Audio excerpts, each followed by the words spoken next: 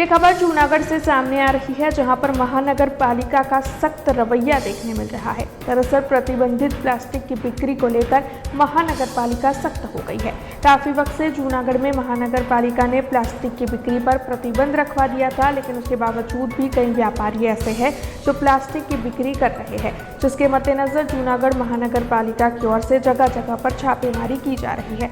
अब तक छापेमारी के दौरान 4 कारखाने और 6 दुकानों को सील कर देने की जानकारी मिल रही है, तो वहीं दूसरी ओर 25,000 किलो प्रतिबंधित प्लास्टिक का जत्था भी महानगर पालिका ने बरामद किया है। इस मामले में महानगर पालिका काफी कड़ा रवैया अपनाती हुई नजर आ रही है। तब जूनागढ़ महानगर पालिका के एक अधिकारी की ओर से इस बारे में ज्यादा जानकारी दी गई है। આપણે સૌ જાણીએ છીએ કે ભારત સરકાર દ્વારા વખતના ગેજેટ દ્વારા સિંગલ યુઝ પ્લાસ્ટિક ઉપર પ્રતિબંધ મૂકવામાં આવેલ છે।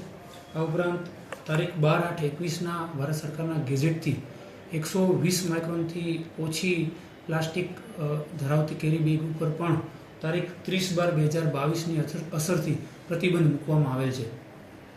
શહેરમાં વિવિધ સ્થળોએ મહાનગરપાલિકાના ટીમો દ્વારા સમયાંતરે આ બાબતની તપાસણી હાથ ધરવામાં આવતી હોય છે અને પ્રતિબંધિત પ્લાસ્ટિકનું વેચાણ કરતા વેપારીઓને આ બાબતે દંડ પણ કરવામાં આવતો હોય છે। આમ છતાં અત્રેના ધ્યાન પર આવેલું છે કે અમુક ઇસમોને વારંવાર દંડની કાર્યવાહી કરવા છતાં ઘણી જગ્યાએ આ પ્રકારના પ્લાસ્ટિકનું વેચાણ તથા ઉત્પાદન ચાલુ હોવાનું ધ્યાને આવેલ છે।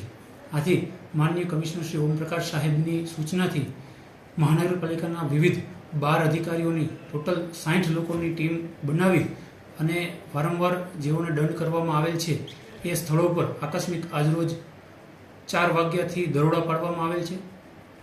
જીઆઈડીસીમાં આવેલ વિવિધ 4 કારખાનાઓ ખાતે મોટા પ્રમાણમાં પ્રતિબંધિત પ્લાસ્ટિકનો જથ્થો પણ જણાયેલ છે, જેથી આ 4 કારખાનાઓ છે એ સ્થળ પર જ સીઝ કરવામાં આવેલ છે। આ ઉપરાંત શહેરમાં આવેલી વિવિધ 9 જેટલી જથ્થાબંધ વેપારીઓની જે દુકાનો છે એની પણ વિવિધ ટીમો દ્વારા ચકાસણી હાથ ધરવામાં આવેલ છે। આમાંથી પણ મોટાભાગના સ્થળો પર પ્રતિબંધિત પ્લાસ્ટિકનો જથ્થો જણાઈ આવેલ છે, જેથી આ દુકાનો પણ તાત્કાલિક ધોરણે સીઝ કરવામાં આવેલ છે।